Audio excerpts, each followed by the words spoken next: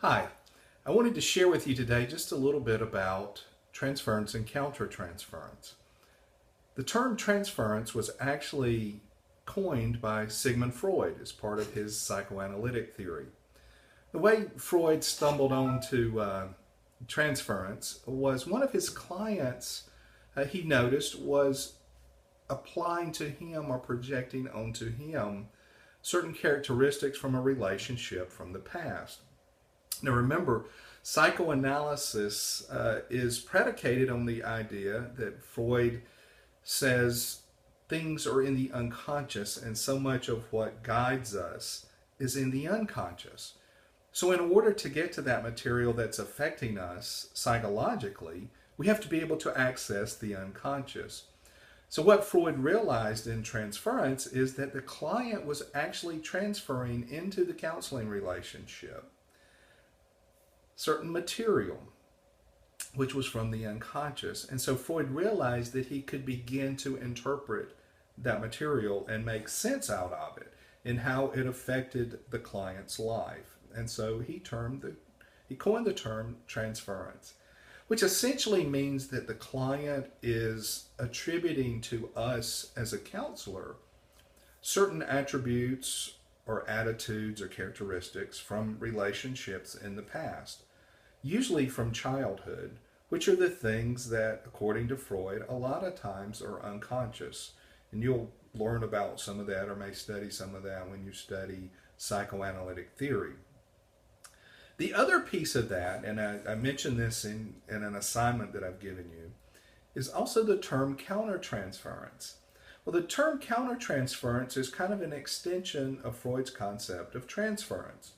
Except in the case of countertransference, it is the therapist projecting onto the client certain attitudes or characteristics based on things from the counselor's life.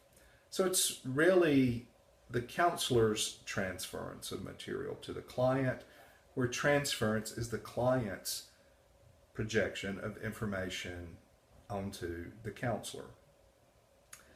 I hope you'll kind of pay attention to those because there are important concepts in counseling. One of the things that we have done today is tend to make transference and countertransference negative concepts in that somehow or another they should be avoided.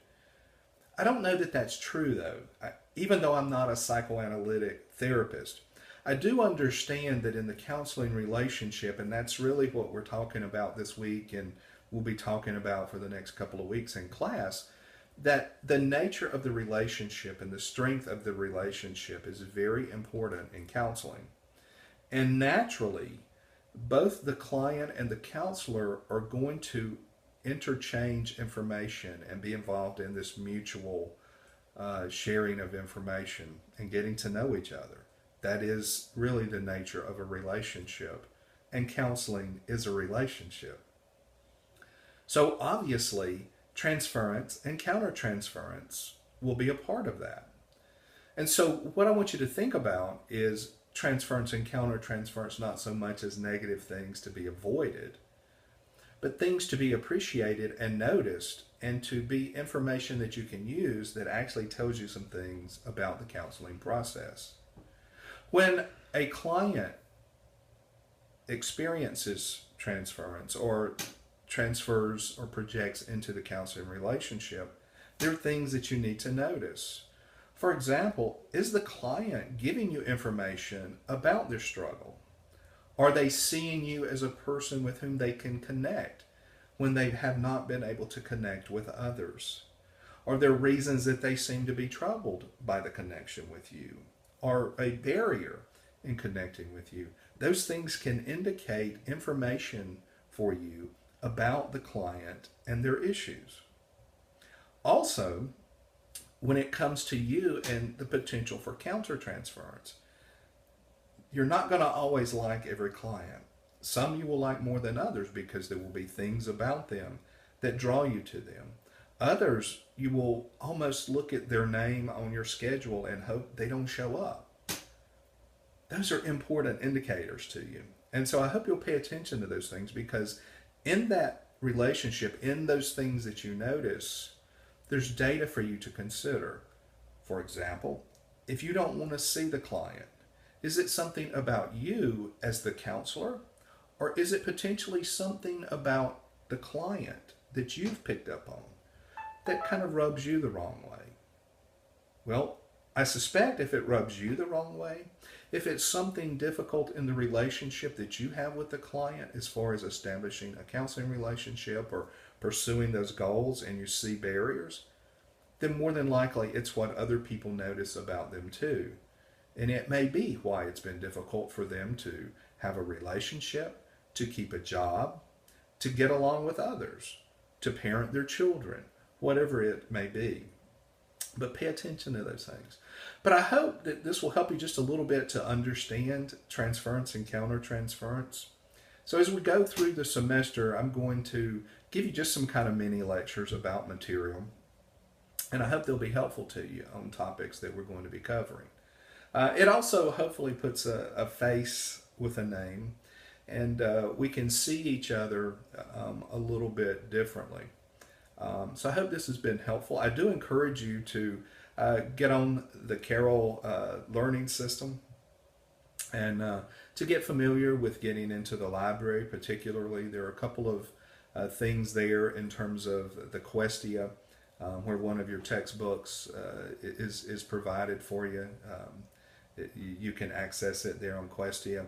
Also, ProQuest. ProQuest is the psychological search engine that we have in our library, and it contains almost every kind of article and information that you're going to need. We also have other religious and theological search engines that are part of our library that will also be helpful to you in looking at the theological side of counseling. So I hope you'll begin to use those websites. You'll begin to just get comfortable with those search engines and looking for information there. If you have problems with them or you have difficulty, please let me know. I'll be glad to help you because they're really good. Those are great resources for you, and they're right there in your own home. So I hope you'll take advantage of those. Also, anytime during the course, if you do have questions, as I've said, please feel free to get in touch with me. I did mention I'm going to be making a transition in my own life as I'm going to be moving from Myrtle Beach to be a little bit closer to my dad, which is lives in the upper part of South Carolina. So in the next week or so, I'm going to be making that transition. But I don't anticipate that it will disrupt being able to connect with you in any way. But I hope this is going to be a good semester. I hope this little bit of time has been good to help you think about transference and countertransference. Get into the library and go to ProQuest. Just Google or put to the search engine transference, countertransference. There's a lot of information out there that will help you. But remember, when you're thinking about those concepts and a lot of what you'll see, it's to make you a better counselor and to help you grow and learn as a counselor. So thank you for the time. Look forward to this semester, and I hope you'll have a great day. Oh, by the way, I didn't introduce myself. Sorry about that. But I'm Tommy Vaughn, and I look forward to this semester and having you in this course. And again, I hope you'll have a good day. Take care.